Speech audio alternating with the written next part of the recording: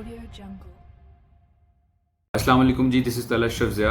आज की वीडियो में हम लोग डिस्कस करेंगे the latest updates regarding NUMS MD CAT and the MD CAT which is required for admission in public and private medical universities. सबसे पहले हम लोग नम्स के बारे में डिस्कशन करेंगे। कोशिश करूंगा कि वीडियो में सिर्फ जो मेन पॉइंट्स हैं, जो पॉइंट्स ऑफ इंपॉर्टेंस हैं, उनको मैं डिस्कस करूं और ज़्यादा डिटेल्स में ना जाऊं, ताकि आप लोगों का टाइम भी बचे और आप लोगों को जो नेसेसरी इन्फॉर्मेशन है वो इस वीडियो से मिल सके। सबसे पहले अगर हम लोग बात करें नम्स के बारे में, तो नम्स की जो डेट है उसको मैं दोबारा से एम्फेसाइज कर दूं कि नम्स की date according to their latest notification is 16 October, यानी आपके एमडी कैट एग्जाम से ऑलमोस्ट 1 मंथ पहले जो है आपके नम्स का एग्जाम होगा। नम्स के एग्जाम के कुछ बच्चे पूछ रहे हैं कि रोल नंबर स्लिप्स अभी तक नहीं आई। तो आप लोग एक चीज़ का ख्याल रखिएगा कि एक तो आपने जो है आपकी मेल जो है उसको आपने देखना, क्योंकि आपको नम्स से रिलेटेड जो भी अपडेट्स हैं या तो उनकी वेबसाइट पे कोई नोटिफिकेशन आएगा उसके थ्रू मिलेगी, या आप लोगों के मेल आएगी आप लोगों ने जो भी ईमेल प्रोवाइड की थी उसके ऊपर। तो इसको देखते रहिएगा और रोल नंबर स्लिप्स इंशाल्लाह विद इन अ वीक और maybe less than a week आपको जो है वो प्रोवाइड कर दी जाएंगी, और उसके बाद आपको अंदाज़ा हो जाएगा कि आपका सेंटर वगैरह क्या और सारा कुछ क्या है। अब हम जो सबसे इंपॉर्टेंट पोर्शन है उस पर आते हैं कि बच्चों का पूछना ये है कि भाईजान हमने नम्स का जो साइकोलॉजिकल पोर्शन है उसको किस तरह करना है, आज से पहले क्या होता था और इस बार क्या होगा। इससे पहले जो है साइकोलॉजिकल पोर्शन जो है उसकी आप लोगों के जो टोटल मार्क्स थे उसके अंदर वेटेज नहीं हुआ करती थी, और उसमें जो है आपके बिहेवियर और आपके पर्सनैलिटी रिलेटेड क्वेश्चंस हुआ करते थे। हाउएवर इस साल जो है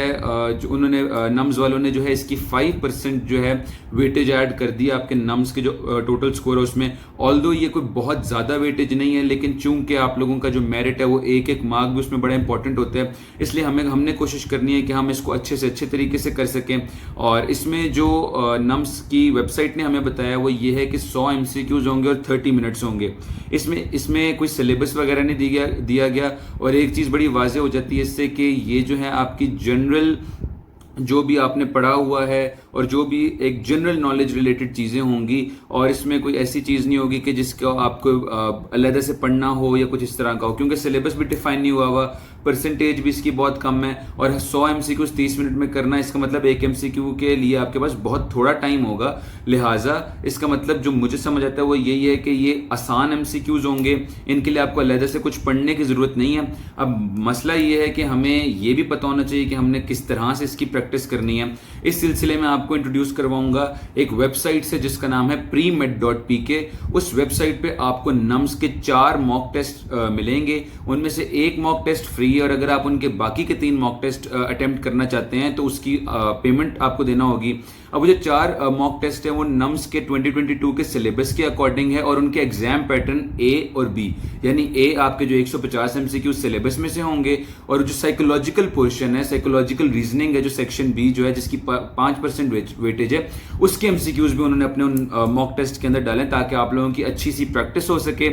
इसमें आपको तमाम MCQs की कीज और एक्सप्लेनेशन मिलेगी, आपको आपका एनालिसिस मिलेगा कि आपका कौन से टॉपिक्स और कौन सा सब्जेक्ट स्ट्रांग और कौन सा वीक है। और इसकी जो एक बहुत अच्छी बात है वो ये है कि आप अपने एग्जाम को जो आप मॉक टेस्ट सॉल्व करेंगे उसको आप टाइम भी कर सकते हैं। ये सारा कुछ अगर आप एक मॉक टेस्ट सॉल्व करना चाहते हैं तो आपको फ्री मिलेगा, अगर आप बाकी के 3 भी करना चाहते हैं तो वो सिर्फ और सिर्फ आपको 1000 रुपीज़ पे करने होंगे और वो आप उसको एक्सेस कर सकेंगे। और अगर इसमें आप हमारा promo code doctor Hamza use करते हैं तो उसमें आपको 20% डिस्काउंट भी मिलेगा। हाउएवर अगर आप चाहते हैं कि आप नम्स के जो मॉक टेस्ट हैं उसके साथ साथ एमडी कैट की तैयारी और एमडी कैट के MCQs, एमडी कैट के मॉक टेस्ट भी एक्सेस करें premed.pk पे, तो उसकी जो टोटल फी है वो 1500 रुपीज़, और उस पर भी आप हमारा प्रोमो कोड यूज़ कर सकते हैं। इसके अलावा जो किप्स एकेडमी है उन्होंने भी रिसेंटली बच्चों के जो है नम्स के साइकोलॉजिकल टेस्ट कंडक्ट करना शुरू किए हैं, जो कि मेरा ख्याल है डिफरेंट वेबसाइट्स पे अवेलेबल भी हैं। कुछ फेसबुक के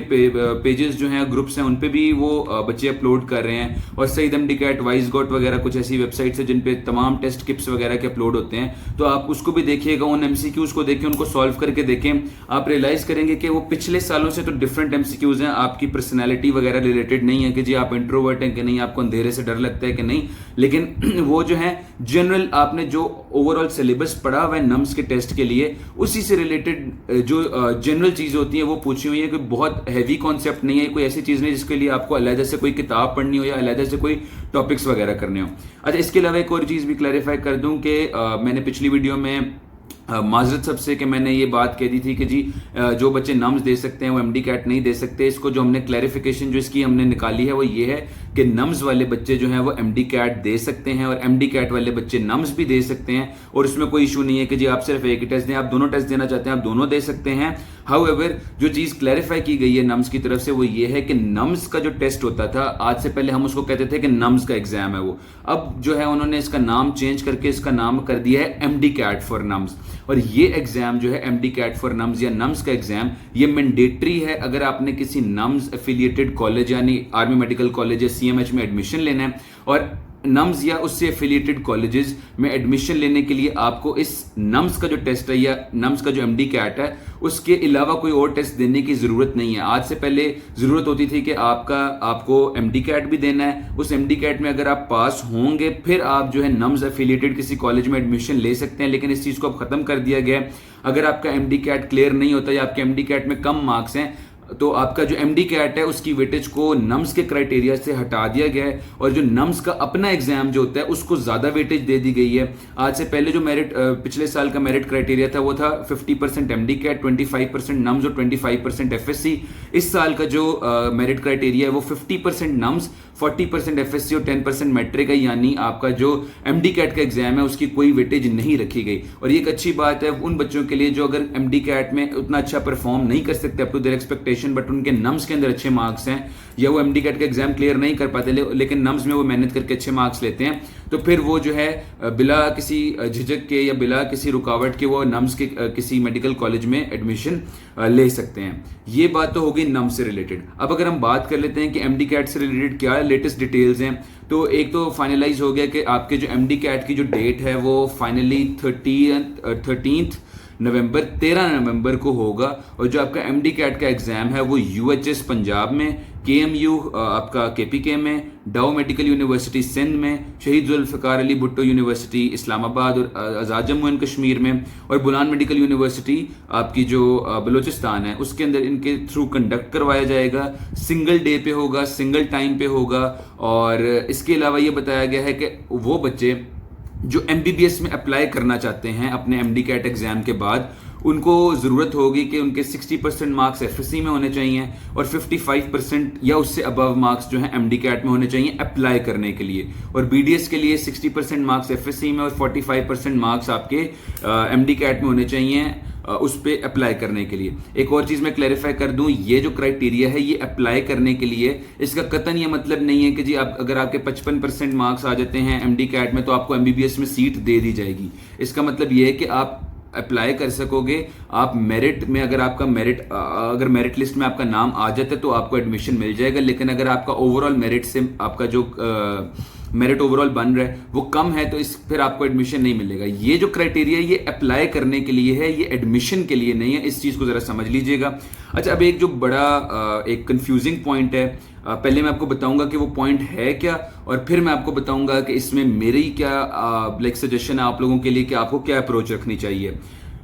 जो पीएमसी की जो काउंसिल की जो मीटिंग हुई है उसमें उन्होंने ये डिसाइड किया है कि जो कंडक्टिंग यूनिवर्सिटीज़ हैं जिनका मैंने अभी नाम लिया, यूएचएस है, केएमयू है, डाउ है, शहीद जुल्फ़िकार अली भुट्टो और बुलान है,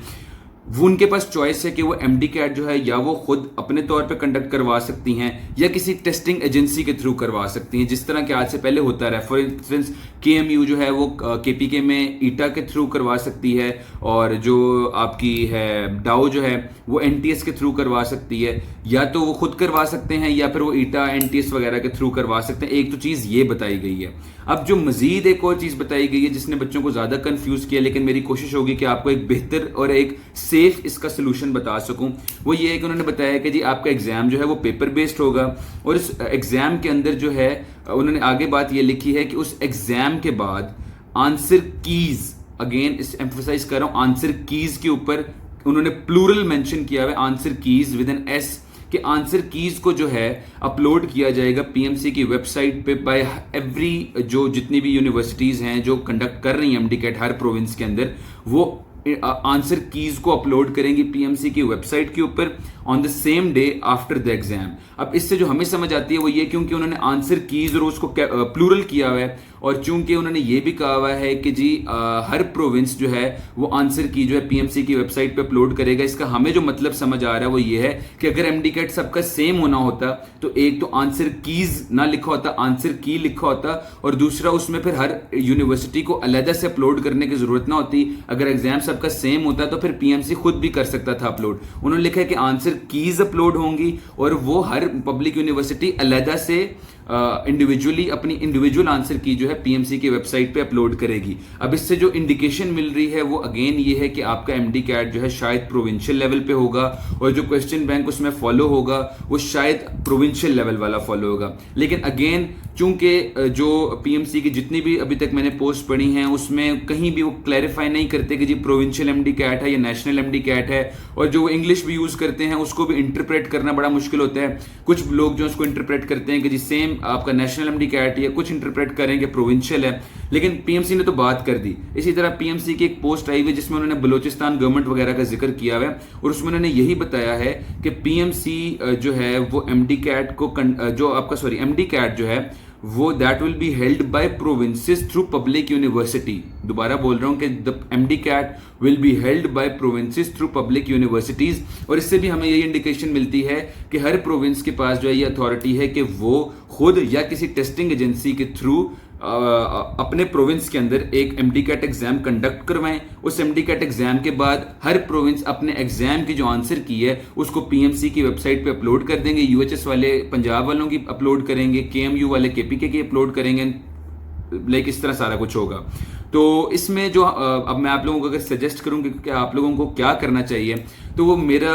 आज से पहले भी आपको मैंने यही कहा, दोबारा यही कहूंगा। बुक्स की जहां तक बात है तो आप लोगों ने अपनी प्रोविंस की बुक्स को तो पढ़ना ही पढ़ना है, लेकिन साथ साथ कोशिश करनी है कि अगर आपके लिए पॉसिबल है तो फेडरल की बुक्स, स्पेशली बायोलॉजी के लिए, बाकी अगर सब्जेक्ट्स में कर सकते हैं वेल एंड गुड, नहीं होता कम से कम बायोलॉजी में कोशिश करें कि अपने प्रोविंस की बुक्स तो करें, लेकिन फेडरल की बायोलॉजी को लाजमी एक दफा देख लें। और क्योंकि क्लैरिफाई कहीं पे उन्होंने प्रॉपर किया नहीं और हर बंदे की अपनी इंटरप्रिटेशन है। मैं आपको वो सजेशन दूंगा जो मैं अपने छोटे बहन भाइयों को दूंगा, और वही दूंगा जो सेफ होगी, जिसका अल्टीमेटली कोई नुकसान नहीं है और आपको फायदा ही होगा उस चीज का। तो मेरी ये सजेशन है कि बुक्स आप ये फॉलो करें। पास्ट पेपर्स आप पीएमसी के भी देखें, यूएचएस के भी देखें,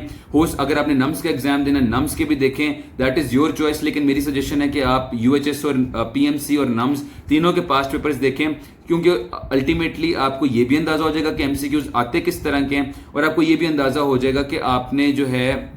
किस तरह के सवाल आते रहे हैं, और आपके जो सिलेबस की जो है वो प्रैक्टिस भी हो जाएगी मजीद। इसी तरह कुछ बच्चे जो है इस बात पे कंफ्यूज हो जाते हैं कि अगर जी हमारा यूएचएस एग्जाम ले रहा है तो वो यूएचएस तो इंग्लिश का एग्जाम बड़ा टफ लिया करता था। देखें, हमने हमेशा जो है ना लेटेस्ट जो एग्जाम कंडक्ट हुआ होता है ना उसको एज ए सैंपल यूज करना होता है। अगर आप यूएचएस का 2008 का एग्जाम उठा कर देखेंगे उसमें वाकई इंग्लिश बड़ी मुश्किल थी। उसमें हर जो आपका बायो है, फिजिक्स है, केमिस्ट्री, उसके अंदर बुक्स की लाइनें उठा के दी हुई हैं। लेकिन अगर आप 2019 का एमडी कैट देखेंगे जो मैंने खुद दिया था, उसमें आप देखेंगे कि बड़े कॉन्सेप्चुअल सवाल पूछे हुए हैं, बुक की लाइंस आई हुई हैं लेकिन बहुत कम हैं। इंग्लिश का जो पोर्शन है वो इजी है, उसमें कोई सिनोनिम्स एंटोनिम्स नहीं आए हुए, आपने फिल इन द ब्लैंक्स करने हैं और इस तरह की चीजें करनी है। कोशिश करना है कि आपने जो लेटेस्ट एग्जाम यूएचएस ने कंडक्ट करवाया था उसको सामने रखें, पीएमसी ने जो लेटेस्ट एग्जाम्स कंडक्ट करवाए थे उनको सामने रखें, और उन दोनों को फॉलो करें, उन दोनों के हिसाब से अपने आप को तैयार करें, ताकि एंड पे जो कुछ भी हो वो आपके हक में बेहतर हो। एक ये एग्जाम जो है आपका एक दफा ही आपने देना होता है साल में। कोशिश हमने ये करनी है कि हमें एक दफा ही देने की नौबत है। ये ना हो कि अगर हमारे साथ कोई मिसहैप हो या हम एक ही टर्नी पे चढ़ जाएं या हम एक ही पाथवे को फॉलो करने लग जाएं तो हमारा उसमें कोई लॉस हो। इसके अलावा ये बताया गया कि जी इंटरनेशनल सेंटर यूएई और सऊदी अरेबिया में रखे जाएंगे, और अगर आप में से कोई किसी और कंट्री में रहता है तो या तो वो यूएई या सऊदीया में आके देंगे एग्जाम, या वो पाकिस्तान आके देंगे। और फाइनली ये बताया गया कि जी पोर्टल की जो डेट है उसको 10 अक्टूबर तक मजीद एक्सटेंड कर दिया गया, ताकि वो बच्चे जो आज से पहले अप्लाई नहीं कर सके वो इस पे अप्लाई कर सके। तो these were the latest updates. मुझे उम्मीद है कि आप लोगों को समझ आ गई होगी कि मैंने क्या बताने की कोशिश की है, और दुआओं में याद रखिएगा, अच्छा पढ़ें, best of luck for your exam. And कुछ आखिरी दिन है आपके पास, हमारी कोशिश होगी कि मजीद यूजफुल वीडियोस आपके लिए जो है वो बनाते रहें, ताकि आप लोगों को मोटिवेशन भी मिलती रहे और आपको जो है प्रॉपर पाथवे भी मिल जाए। दुआओं में याद रखिएगा, best of luck for your exam. Allah Hafiz.